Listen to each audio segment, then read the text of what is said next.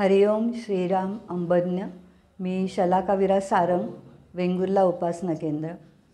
हा बघायला गेलं तर माझ्या मिस्टरांचा अनुभव आहे आणि ह्या जानेवारी 2022चा अनुभव आहे। हा जानेवारी 2022मध्ये बापूंच्या चिन्मय पादुका मी सप्तसंग सेवक असल्यामुळे आमच्या घरी होत्या आणि त्यावेळेला असं झालं की माझ्या मुलीचा व्हिडिओ कॉल होता आणि तिने मला एक सांगितलं की आई, आम्ही आता तुमच्याकडनं आलो गावाहून मुंबईला, तर एक औषध तिकडे फ्रीजवर राहिलं आहे। तर म्हटलं ठीक आहे। तर मिस्टरांना सांगितलं की जरा बघा म्हणून, आणि मिस्टर बघायला गेले तर त्यांना दिसलं नाही म्हणून त्यांनी ते खुर्चीवर चढले प्लास्टिकच्या आणि ते औषध बघायला गेले। तेवढ्यात ती खुर्ची सरकली आणि ते खाली पडले। आवाज आला। मी त्यांना विचारलं काय झालं म्हणून, तर म्हणाले नाही, की खुर्ची पडली। मला सांगितलं नाही की मी पडलो वगैरे आणि म्हणाले औषध मिळालं। म्हटलं ठीक आहे। मग मी तसं मुलीला सांगितलं आणि नंतर मला वॉकला जायचं होतं म्हणून मी म्हटलं की ठीक आहे, आपण आता नंतर बोलूया असं म्हणून मी फोन ठेवला आणि मी तयारी करून बाहेर पडले। तेवढ्यात मिस्टरांना एक कॉल पण आला होता, तर ते बाहेर बाल्कनीमध्ये उभं राहून ते कॉल घेत होते आणि काहीच म्हणजे कल्पनाच नाही मला की ह्यांना काय लागलं आहे किंवा काय असं। मी बाहेर जाऊन वॉक करून आले, घरी आले तर त्यांना दुखत होता हात। तर म्हटलं काय झालं, तर म्हणाले नाही, मगाशी मी पडलो, मला लागलं। तर तू एक काम कर, आता कुडाळला डॉक्टर परुळेकर हॉस्पिटल आहे, तिथे फोन करून विचार की उद्या डॉक्टर आहेत का। तर मी त्याच्याप्रमाणे फोन करून मी विचारलं की आहेत का डॉक्टर। ते तिथली कोण असिस्टंट होती ती म्हणाली की हां आहेत, तुम्ही या लवकर। तर म्हटलं ठीक आहे। आणि मग सकाळी आम्ही ठरवलं की सकाळी लवकर जायचं। नेहमीप्रमाणे मिस्टर उठले वगैरे, हात दुखत होता पण अशी सूज वगैरे काही हातावरती नव्हती, त्याच्यामुळे आम्ही थोडंसं निर्धास्त होतो की म्हणजे फ्रॅक्चर नसणार, सूज वगैरे काही नाही आहे हातावरती, म्हणजे नॉमिनल सुजतो तसा थोडीशी सूज होती।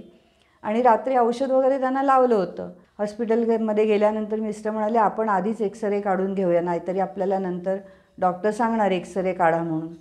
तर त्या नर्सला आम्ही सांगितलं, त्याच्याप्रमाणे ती म्हणाली हां चालेल, काय हरकत नाही, म्हणजे तुम्ही एकदम रेडी राहाल की काय डॉक्टरना सांगायचं ते।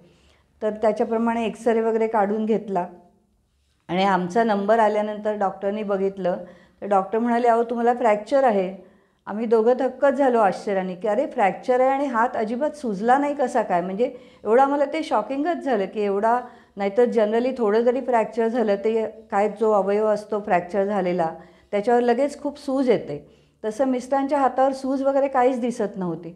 आणि मग ते म्हणाले की एक 2 उपचार असतात, एक प्लास्टर घालायचं किंवा एक दुसरं ते स्टीलचे रॉड घालतात। तर मला असं वाटतं की प्लास्टर घालण्यापेक्षा हा स्टीलचा रॉड जो आहे तो घालूया आपण, त्याला थोडे पैसे जास्त लागतील पण त्याने तुम्हाला त्रास होणार नाही। तर मिस्टर म्हणाले ठीक आहे म्हणून। डॉक्टर म्हणाले की आम्ही संध्याकाळी त्यांना घेतो ऑपरेशनमधला आणि आपण संध्याकाळी करूया, 5 वाजता करू असं डॉक्टर म्हणाले। आमचा रिक्षावाला खरोखर चांगला माणूस आहे, तर तो माझ्याबरोबर थांबला तिकडे हॉस्पिटलमध्ये आणि नंतर मग मी त्यांना सांगितलं फोन करून की असं आहे, आपण आता घरी जाऊया, मला तुम्ही घरी सोडा आणि परत नंतर संध्याकाळी 4 वाजता आपण निघू, म्हणजे 5पर्यंत आपण कुडाळला पोहोचू। ते रिक्षावाले म्हणाले ठीक आहे चालेल। आणि असं म्हणून मी घरी आले, बापूंना जेवायला वाढलं, नंतर मग माझी थोडी कामं होती ती कामं केली, बापूंचा प्रसादाचं ताट घेतलं, मी जेवले आणि तेवढ्यात मिस्टरांचा फोन आला की अगं त्यांनी सांगितलं लवकर या तुम्ही म्हणून, 3:30पर्यंत 4पर्यंत जास्तीत जास्त पोहोचा। ठीक आहे, आम्ही पोहोचलो, 4:30 4:15पर्यंत आम्ही पोहोचलो आणि तर त्यांना ॲनेस्थेशिया दिला होता। डॉक्टरनी ऑपरेशन थिएटरमध्ये घेतलं, ऑपरेशन केलं, ते हाड त्यांनी बसवलं ते आणि नंतर आणून झोपवलं त्यांना आणि डॉक्टर म्हणाले ह्यांना आता 10 10:30पर्यंत काही शुद्ध येणार नाही, त्याच्यानंतर तुम्ही त्यांना चहा बिस्किट काहीतरी द्या आणि बघा उलटी वगैरे होते का, नाहीतर मग त्यांना जेवण द्यायला हरकत नाही म्हणून। सगळ्यात महत्त्वाची गोष्ट म्हणजे दुपारी 12:30 वाजता जेव्हा डॉक्टरनी आम्हाला सांगितलं की यांचं ऑपरेशन करावं लागणार, तुमच्याकडे काही मेडिक्लेम वगैरे आहे का, तर म्हणून मी मुलाला फोन केला आणि त्याला सांगितलं की डॉक्टर असं म्हणत आहेत। तो म्हणाला आई सकाळी तू 8:30ला मला सांगते की बाबा पूजा करतायत आणि आता 12:30ला सांगते की ऑपरेशन करायचं, झालं काय एक्झॅक्टली। तर मग मी त्याला सांगितलं असं झालं, पण आम्हाला कळलंच नाही की ह्याचा एवढा सिरियसनेस, कारण काय सूज अजिबात दिसत नव्हती, फक्त हात दुखत होता।